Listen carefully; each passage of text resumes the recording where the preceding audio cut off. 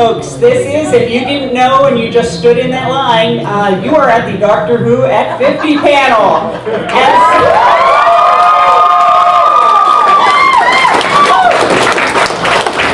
And we are going to have a good time. Let's start with panel introductions.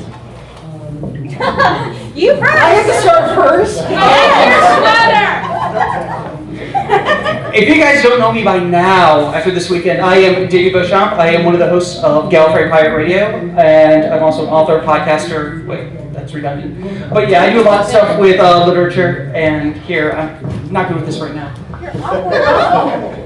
Hi, I'm Drew Meyer. Whoa. And I'm another host of Gallifrey Pirate Radio and stuff.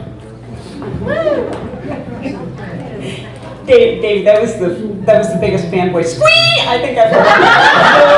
Wait till Davison, you see what he did when he first met Davison. Okay. I'm Gail C. Martin. I write the Chronicles of the Necromancer series for Solaris Books and the Fallen King cycle. And the new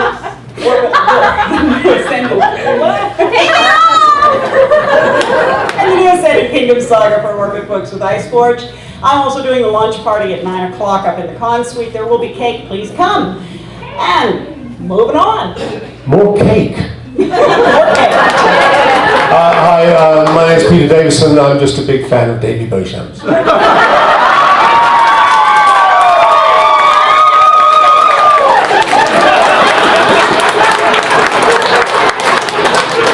done. I'm leaving. You can die happy now, I think. You know that's going to be on his voicemail, right? He's going to put that on his business cards and his tombstone. Going to be on all of our voicemail. You scared the child. It's Davey's fault.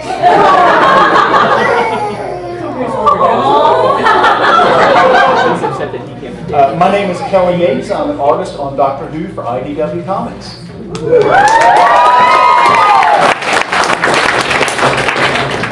My name is Jason Buterin. I'm the creative director of Mad Ones Films, a ragtag band of movie-making misfits, and I've always been obsessed, I guess, with a madman with a blue box, and that's come out in every facet of my artistic endeavor. So to be sitting here at the table, as well as being a big fan of Davey Beauchamp's,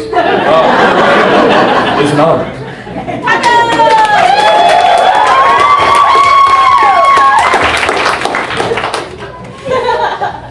All right, so, you know, if there is one thing that has remained consistent across all 50 years of Doctor Who, it is that we know that this planet is defended. So you have an immortal, tragic defender, and yet, you know, all living things change. So I'm going to ask to start off, how does the panel see the Doctors changing over that 50-year span? You first, again.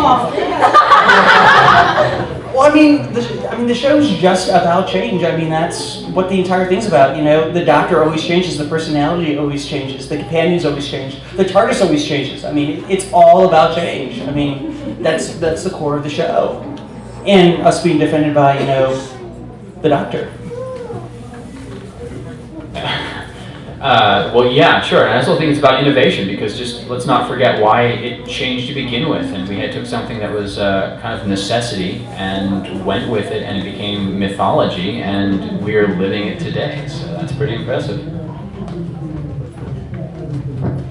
I find it interesting to see how the Doctors react to their surroundings and their circumstances in the different incarnations. And, you know, for example, with the three most recent ones going from kind of a vengeful, angry Doctor to one that sort of mixes vengeance and mercy to one that's much more leaning toward mercy. And so, to me, that kind of evolution is very interesting in an immortal being.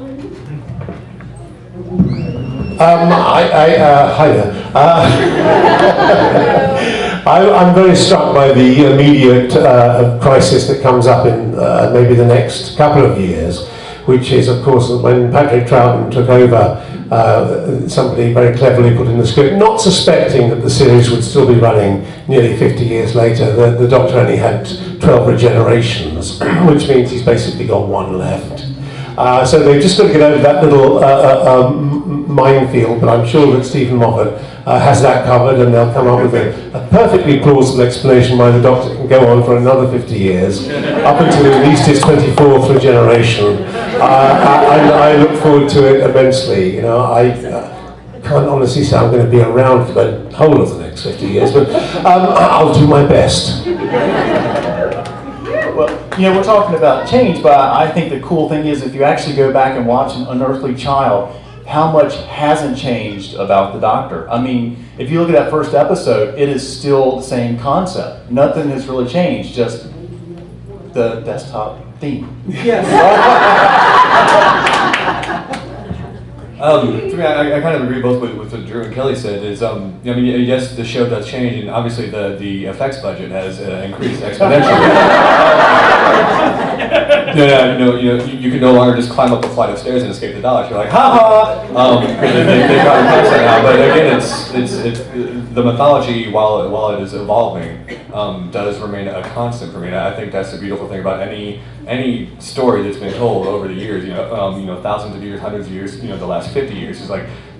There's always that continual finding something new, finding something that you never really noticed before, finding some sort of a new fascination, a new facet of this gem that we've all held in such the highest regard. And that's the beauty of Doctor Who, is that there's literally there's something for everybody, no matter what your background or anything like that is. So if you can find the show, it's very easy just to fall in love with it. It helps to have two hearts. Now, we've had 12 Doctors, but we have had a lot of companions, and the companions have changed, the roles have changed. So I'd love to ask the panel, how have you seen the roles and personalities of the companions changing, and who is your favorite companion or companions, and why? Let's start down here. Favorite companion, wow. I fell in love with Rory the nurse. I fell deeper in love with Rory the Roman. Well, no, that sounded really bad. I should have said that. Terribly sorry. That's okay. We're an accepting crowd. Actually, there's always a special place in both my hearts for Sarah Jane, and there always will be. But I've really taken a shining to the Souffle Girl. So I'm just curious to see. I mean, with the sheer genius that is Stephen Moffat's snoggable brain, I'm very curious to see what he has in store for that. And I can't wait to see that character, that companion's story unfold. We know everybody always asks you, who's your first Doctor? Who's your first companion? And I'd have to say Sarah Jane. So, typical American PBS background. But I think it's really neat to see how the companion stories become more complex as the series has evolved. So I think that's really neat to see how that's changed. Well, of course, we have had some marvellous companions in the classic series of the Doctors, but I always sensed that there was a struggle with the companions, and Sarah Jane, as we mentioned, she was a fantastic companion, but she kind of filled that. I think it's been left down to the actors or actresses to fill out those roles, which they have done amazingly well. But as I said this afternoon, I don't really feel that they got companions right until Rose. I just felt that they struggled over the years to make companions interesting, and all the time the secret was just to write a damn good part. And there is that argument, which again I feel I'm repeating myself, that it's arguable that Rose was the more important character in that first season or two of Doctor Who when it returned, because we were kind of seeing the Doctor through her eyes. And it was just a different take on it, which had never really been done before. She'd always been there, the companion, as a sort of supplement and as the companion to the Doctor, but she never really, I don't feel, the part was never written, fleshed out in the way that it was with Rose.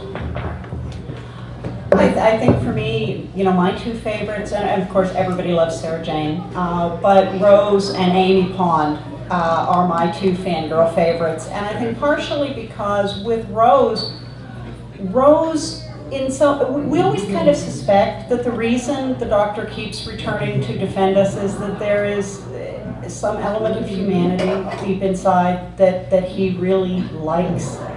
And I think Rose brings out that humanity in him. We see him at his most human in Love with Rose.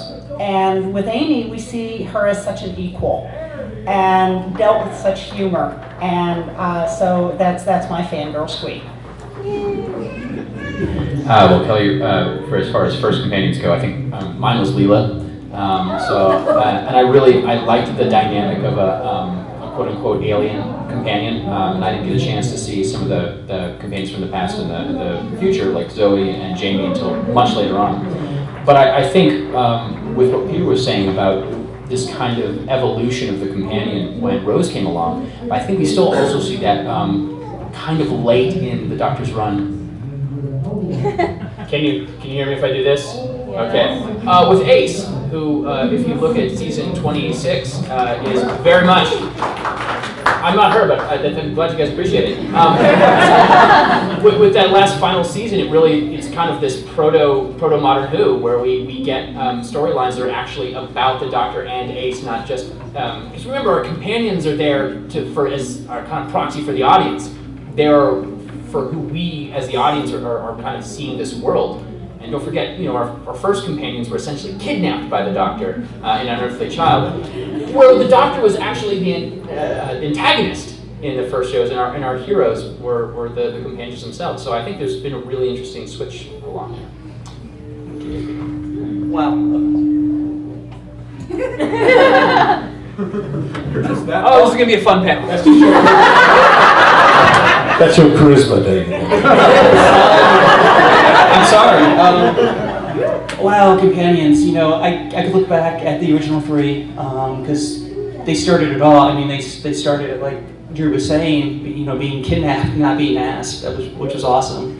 But I mean, honestly,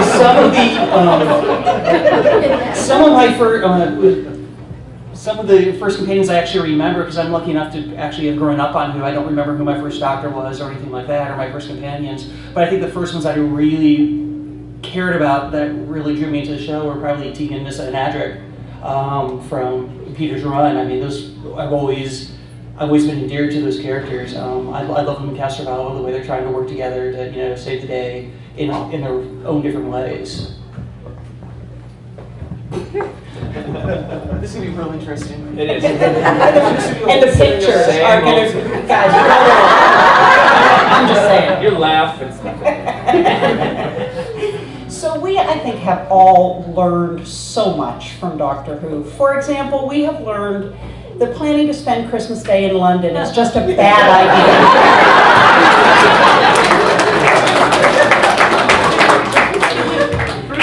We have learned to fear things like gas masks and shadows and tally marks.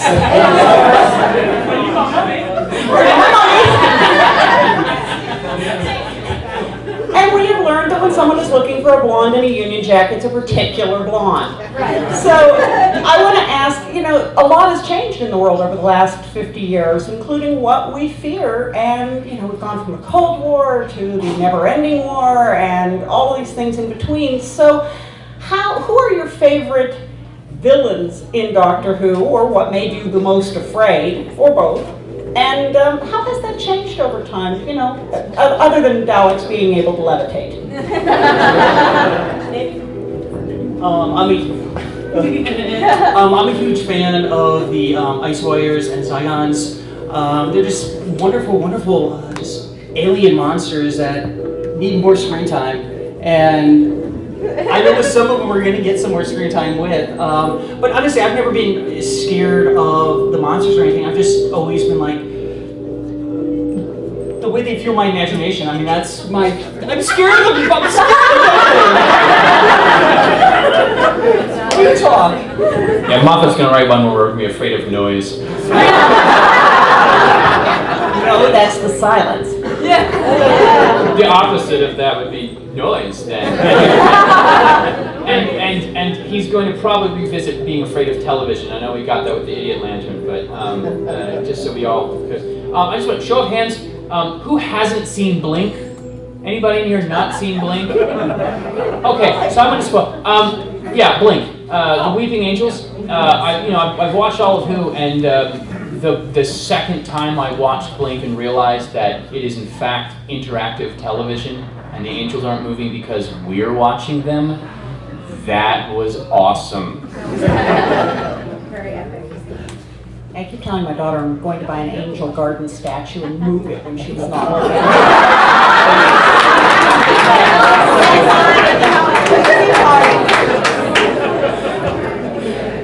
I think the angels are certainly one of my favorite villains. The gas mask children in The Empty Child, although, you know, it's an unfortunate situation, not so much a villain.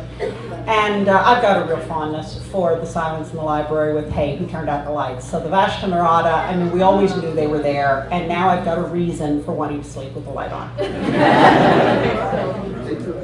I'm always very gratified when I discover that, you know, Doctor Who, I used to hide behind the sofa when I used to first watch Doctor Who. I was shamefully old at the time. I was only about 11 or 12. But, and I remember when, you know, I was terribly worried when I took over that he'd lost a bit of its sort of fear factor. And so when I would attend events and the parents would bring their child up to see me and they'd go, you know, she hides behind the sofa every time that, you know, Doctor Who starts. And I'd go, really? That's great! Another terrified child. I feel, you know, I love Blink, and I feel sorry in a way though for Stephen Moffat's children, because they're the ones who really suffer, because I think it's them that Stephen gets his inspiration from, I think from the angels, that I think one of his children thought were terrifying in a graveyard, and suddenly there they are on TV, moving towards him and they're not looking. And also the crack in the wall, I think, had from one of his children, there was a crack in the wall and he got very scared of it, and so Stephen thought, I'll make that even more terrifying. My personal favourite, I always loved the Cybermen, because I remember they used to terrify me from my childhood. And you know, there's a affliction that strikes actors, which is called corpsing. I don't know if you've heard about this. It's where you just uncontrollably get the giggles when you're filming something, and you can't stop yourself. And for the first few years of my career as an actor, I had remembered from my childhood, a scene from Doctor Who with the Cybermen, which was so terrifying. All I had to do was to think about that scene, and I would immediately stop laughing. So I am where I am today, partly because of the Cybermen. So they're my favourite.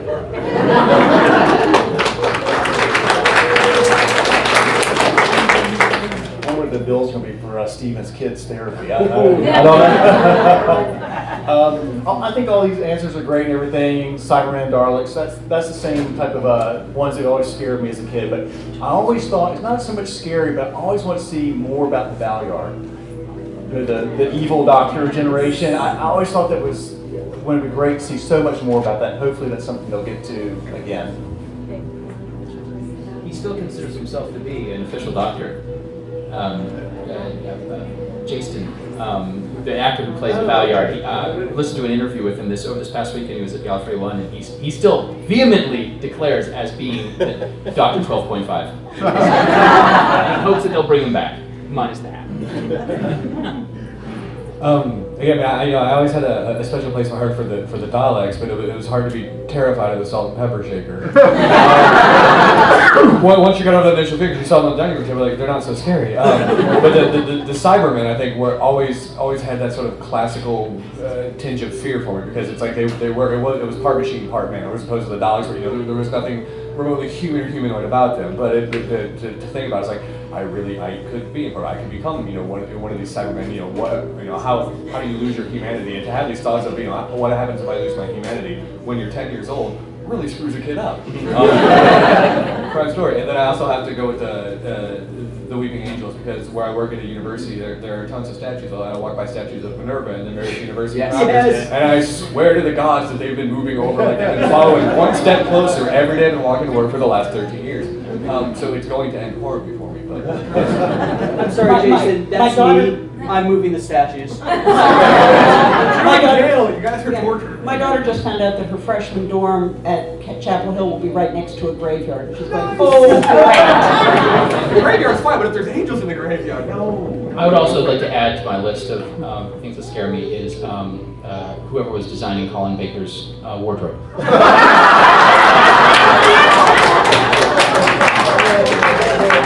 That was my costume on acid. Acid, you were lucky. Can I just add a note about the Daleks, actually, because you're quite right.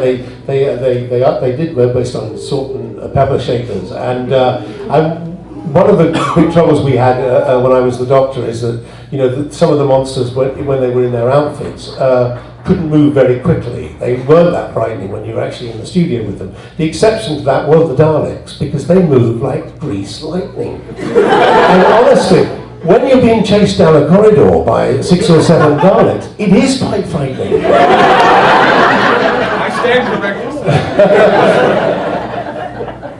Are they on tricycles inside the tanks? No, they're just they're sort of moved with their feet. Yeah, so they're actually quite agile.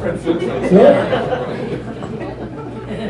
So let's revisit that comment earlier about the changes in the special effects, because a lot of technology has changed in the last 50 years. What we're able to do, budget aside, has changed, let alone what you can do on a small budget, as opposed to just dangling models to having real CGI. So what technology changes have made a difference, or how has the technology changed, and how has that mattered for you watching the show? Well, I mean, the technology in general has gotten cheaper for them to do, so it lets them, stretch a budget for the effects, and I think it just adds to the entire story, the experience of watching the show. I mean, I love the cheesy zippers and you knock into a wall and it shakes. I mean, all of it is just magic. It just adds to the magic of the show. I mean, though I will admit I do not care for the quickening regenerations. I prefer the more, each one was different, each one was special. And honestly, I gotta say, possibly my favorite regeneration, effects-wise and everything, was probably Baker to Davison. It was just for me, a kid, a very emotional scene. I just thought it was the best one I've seen yet. Yeah, that's good. I've always found the sorry for the term, classic Who, really, the special effects really endearing, because I understand that it was, I try to watch it with an understanding that, and I'm not that old, of what it was like to try to produce something that amazing and that far-reaching in the imagination with a budget that was on the opposite scale of imagination. And I always feel that those challenges are what really bring out creativity in people, and what they could accomplish on those budgets. It just impresses me, and I don't want to go so far as to say that the technology cheapens it. It certainly doesn't, but you don't need amazing special effects to tell a good story, and that's one of the things that Doctor Who does so well. I give Midnight as an example. There's next to no special effects in that. Its human drama is brilliantly done, and you're only going to get a story like that on Doctor Who. So, but I will say that thanks to computer effects, I'll let you say that, we got the camera fade into the TARDIS from the Christmas special in one take, and I thought that was brilliant. I thought that was absolutely fantastic. So, I think one of the differences that the technology makes is that it tends to make the series more accessible to younger fans coming into it, because I have a 13-year-old son, and explaining to him why these special effects look the way they look in, early Doctor Who, original Star Trek. Well, guys, that was the best we could do right then. I'm sorry, this was even before Star Wars. And I think that makes it very appealing and very accessible to a whole new generation of fans for whom it would take them out of that suspension of disbelief, because it's just, they're used to being able to do those things. So it's a great thing for the future of the series. And they'll age into appreciating it, old school. Yes, it's a difficult one, this, because I'm deeply envious of the special effects they have now. But I was very gratified when I went along to visit the set of the new Doctor Who, to discover that the actual programme itself was made in just as much chaos as it always was done. It was just that they had, of course, by this time this technology. It's hard to imagine now how little technology we had, even when I made it. There was no digital anything. You literally, if there was writing on a computer, you had to sort of put it with sort of Letraset and then sort of film it. And so really all we had was colour surface overlay or CSO, or and I did think that sometimes, because you're quite right when you say you don't need all those special effects. I did question sometimes during my time whether we were trying to do too much with the special effects and whether we needed to. Some of those early Hartnell stories with no special effects at all, and yet a fantastic atmosphere. It seemed to me that you didn't need it all the time, and you didn't necessarily need to be pushing the boundaries. And mind you, there is a certain sense of achievement I had. I think my first story I recorded, which was Fought to Doomsday, of simulating floating in space while being pushed on an office chair. That was a sense of achievement. They were very impressed. I could actually manage to support my body and dragged across on a piece of catgut across the studio floor. No, I love the special effects now. It's just I don't think they're always necessary. But of course, the temptation, as you see in movies now, is if you're able to do it, let's do it, always for the sake of it. And that sometimes takes away from the program itself, I think. Davey, I'm going to disagree with you. I love the regenerations being universal. I just like it just because sorry, I thought just complaining about my comment, sorry. That's fine. The baby agrees with me. I just thought it was nice. It kind of unifies it for me a little bit more. So I think it's good use of it.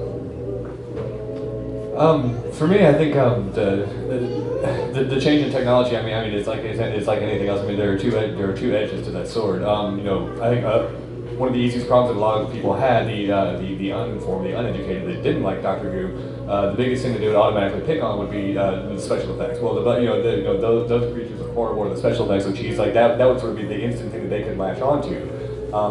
Without paying attention to the emotions and the complex machinations and drama that are going on in these little 30-minute, 60-minute stories and stuff like that. Like that was the thing for them to be able to pick on. But with the influx of technology and evolving as it is, it's like it has completely changed the landscape of that. But it still becomes dangerous because you can rely too easily on it. Peter mentioned trying to rely on effects even at the digital age or the technological age that we're in then. It's made a lot more of a downfall now because you don't have to have actors, you don't have to have sets. You can just run the entire thing on a computer program.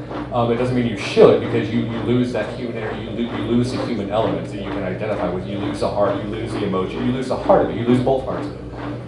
So it's a very slippery slope to walk. I think it's worked out really well for Doctor Who in these stories that they're not relying completely on technology to tell the story, to further the story. They're using it to help the story.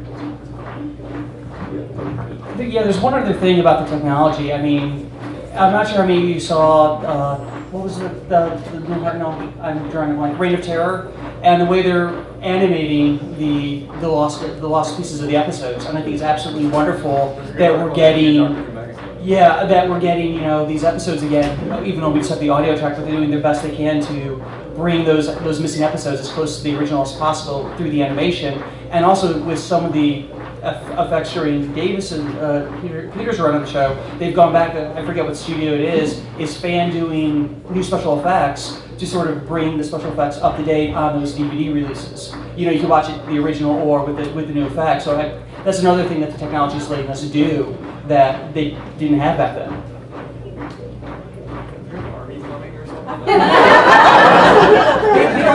They were rooting you on with your answer. One of the things that to me is an enduring element across the years in Doctor Who is that no matter how bleak it gets, and some episodes end on a happy note, some episodes end on a poignant note, there's an underlying element of optimism. Is that, agree, disagree, and how important is that to the Doctor Who mythos?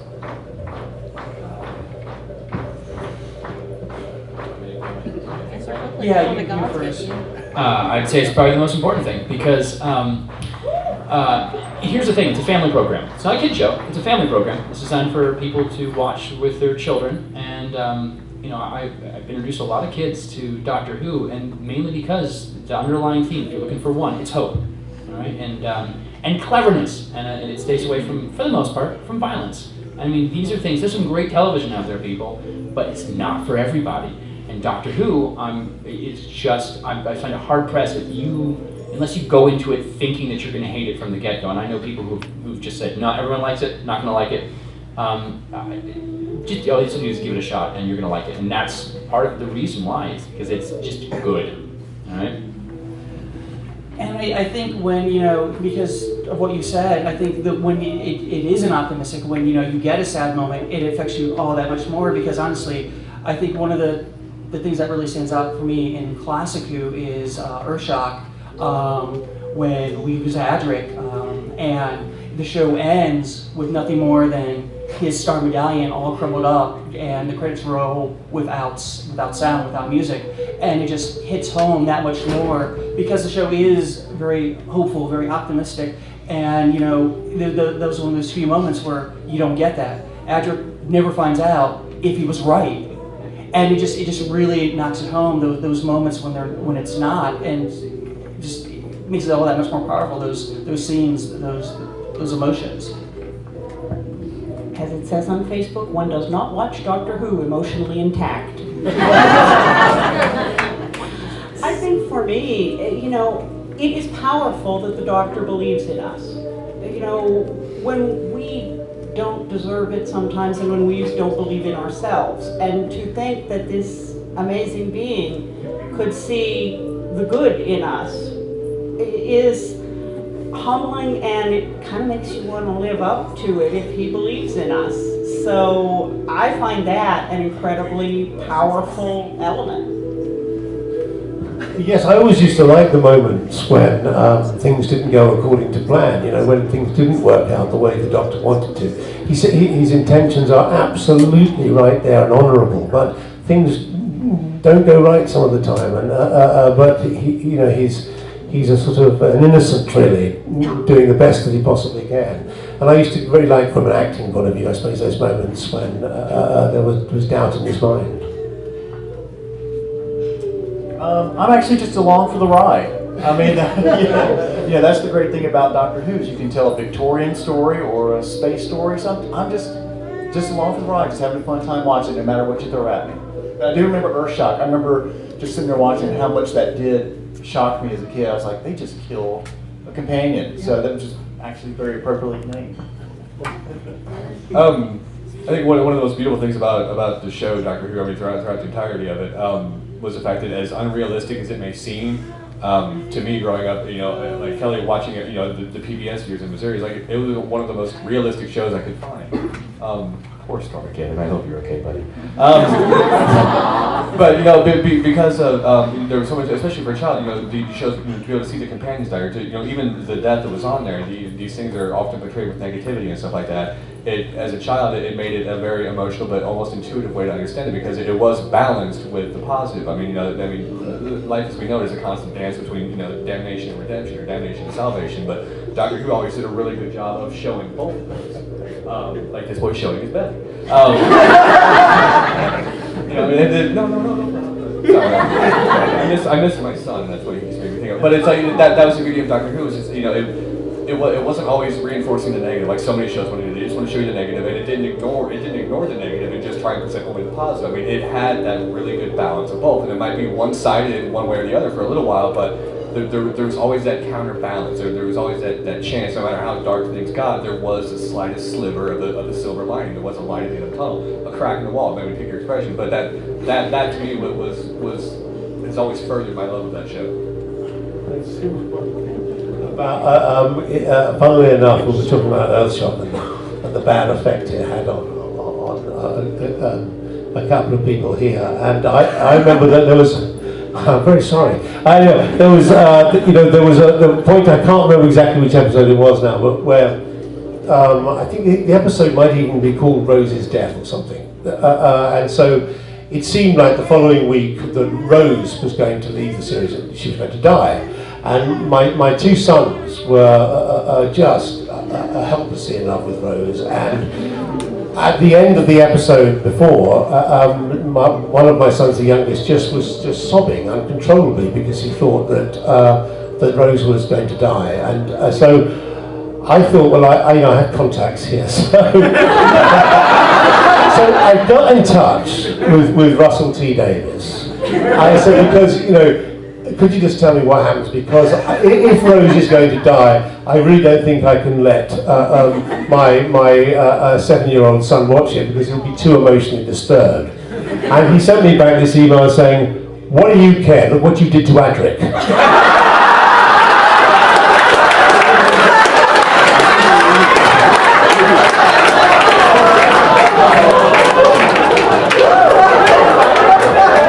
So I ruined his childhood.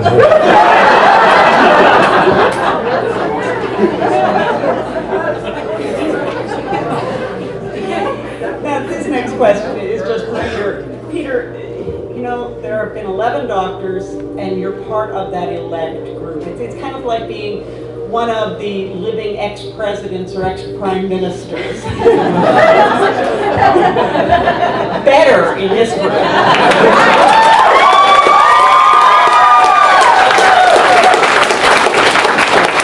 Anyone can be elected, but you've got to be special to be a doctor. That's right. So, how has that affected you? Okay, how did Doctor Who change your life? Because it's changed all of ours.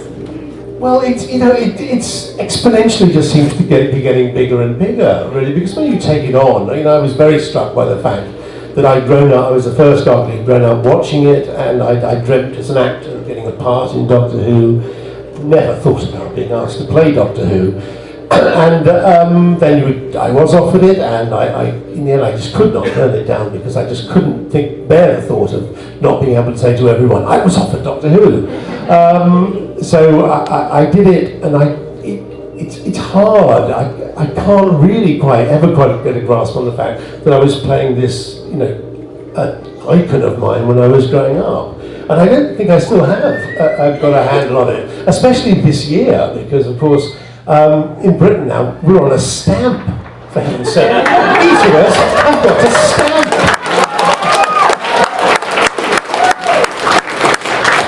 Not to mention legal tender in New Zealand. Oh wow, yeah, really? Yes. Amazing, I'm going there soon. Maybe Legal tender in New Zealand. Oh, that's extraordinary, isn't it? Yeah, no, so I am deeply honoured, of course, to have done it. And I don't know if I'll ever quite come to terms with it, to be honest with you, because there are still so few of us. Eventually there will be many more, we hope. But no, it's changed my life, but of course I don't know what my life would have been without it. It's now become such a part of it. But it's certainly true that I had no idea that I would be sitting here and when I took on the role in 1981. And it was actually announced on the British news. This is how mad Doctor Who was in Britain.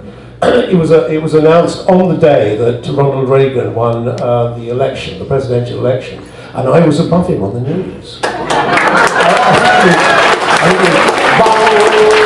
These days, there was a doctor. Ronald Reagan wins a presidential election. We needed hope.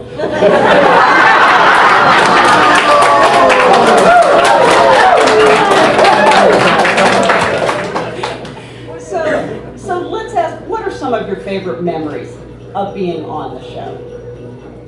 Oh, me again, right? Okay, me. I was just thinking when you said that, who else has been on the show?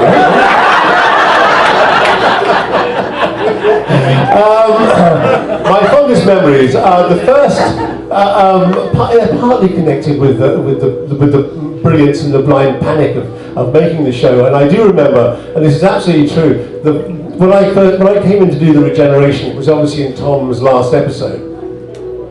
And he was very nice, and in the evening break, before we actually did the regeneration, we went up to the bar at the BBC, which is a very noisy place. And, in those very noisy places where people talk to you, have you ever done this? And you sort of just nod like you understand. And he said, what you have to remember, Peter, I didn't hear what he said.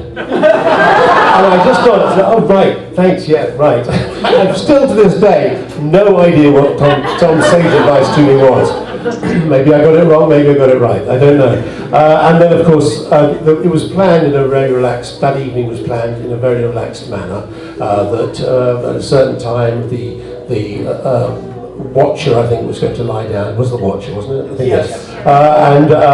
And then they were going to make me up in white makeup and my hair, and I was going to lie down. And in the end, it got to be 5 to 10, and we finally got round to it. So I lay down. They did a shot on me in this one static position. Then they said, right, get him into makeup, wash his hair, put his makeup on. So they rushed me in there. I had 3 makeup girls working on me. Not bad, actually. And then I was rushed out to the set. The second hand was ticking around to 10 o'clock. And they said, right, lie down, get into position like that. Now just sit up. And what you see there is me just sitting up in a state of absolute shock, no acting required. I have no idea what's hit me, and here I am suddenly Doctor Who. And we didn't start the actual series till a few months later, but everything in those days, and indeed even today, is done against this backdrop of never quite having enough time, never quite having enough money. In a way, that's part of the charm of it. I remember I think one of the climactic scenes with the Cybermen was meant to be done in a different set, and we didn't have time to light it. So they just said, just go into this set and act. Just go on and act. And I'm thinking, this is the maddest thing I've ever heard. So you go on there and you wait for the red light to come on, and then you just act and hope that, heck, it looks all right in the end.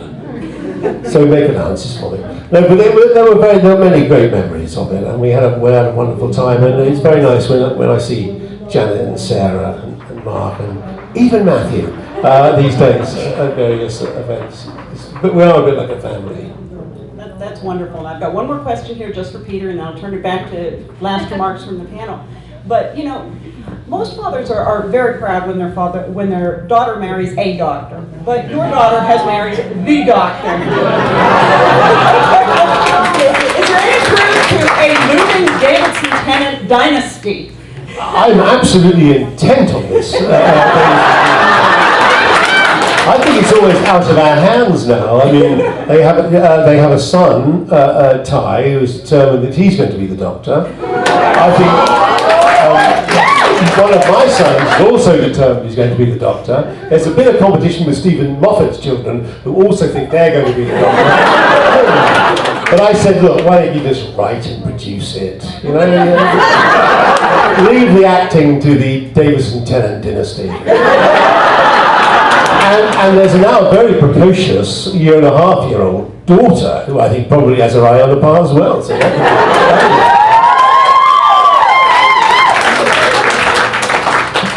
all right, I'm going to turn it back to the panel for final remarks, questions, or comments. You first again. Yeah, me first again. Well, he is Davy Beauchamp.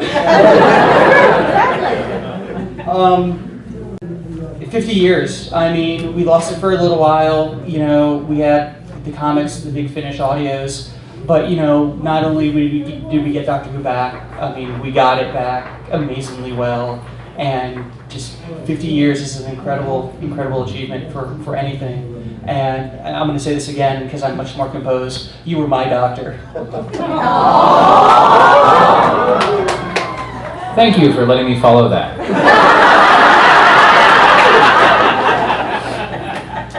Doctor Who's not going anywhere.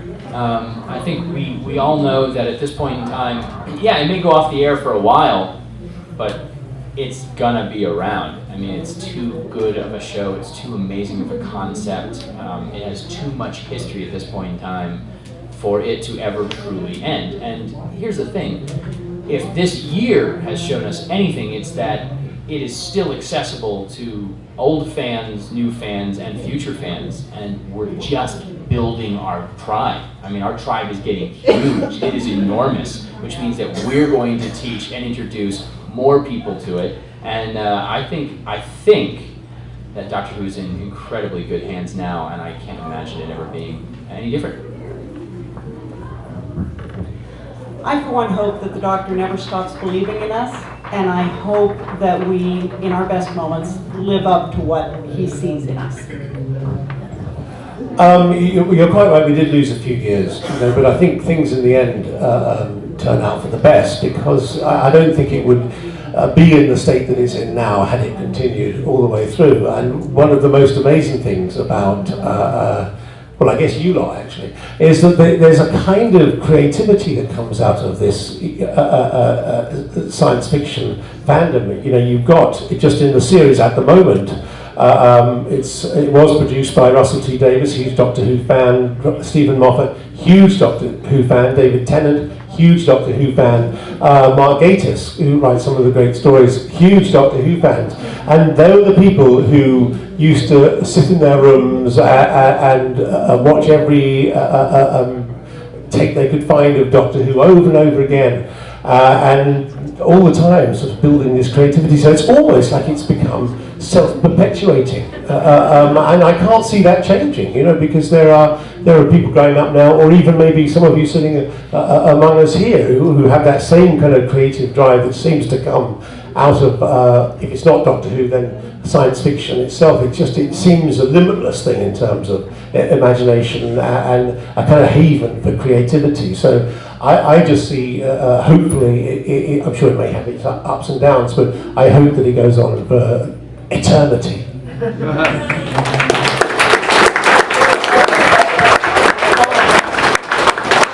Drew, I got you beat on the follow-up. So, Doctor Who's been such a part of my life, even from a young child. I guess one of the things that story about Doctor Who is back in 2004. I'm married and been married about a year, and I'm doing a happy dance in my family room, and my wife walks in and she's like, "Why are you dancing?" I was like, "They just announced Doctor Who is coming back on." And she was like, "What is Doctor Who?" I was like, "You don't understand." So I had to explain it to her. So she's not a big sci-fi person, but it's actually one of the shows that she'll sit down with me and watch. So that's a testament to how powerful it is. And I guess also, I just want to say again, thank you very much for joining us this weekend in Roanoke. It has been a great...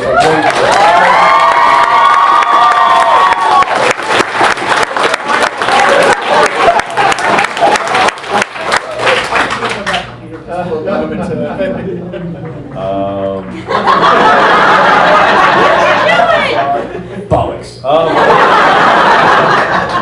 As a very odd and unusual little boy who grew up dreaming of becoming a madman with a blue box, to be able to sit here in front of all you people and to be able to sit here next to Peter Davison, I cannot, well, and Kelly Yates, of course, and the guy at the end.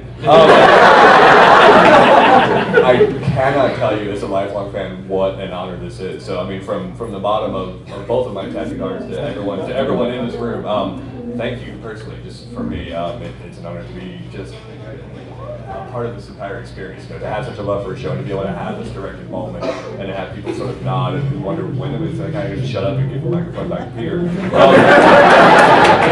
It's very moving for me. So thank you. Thanks very much.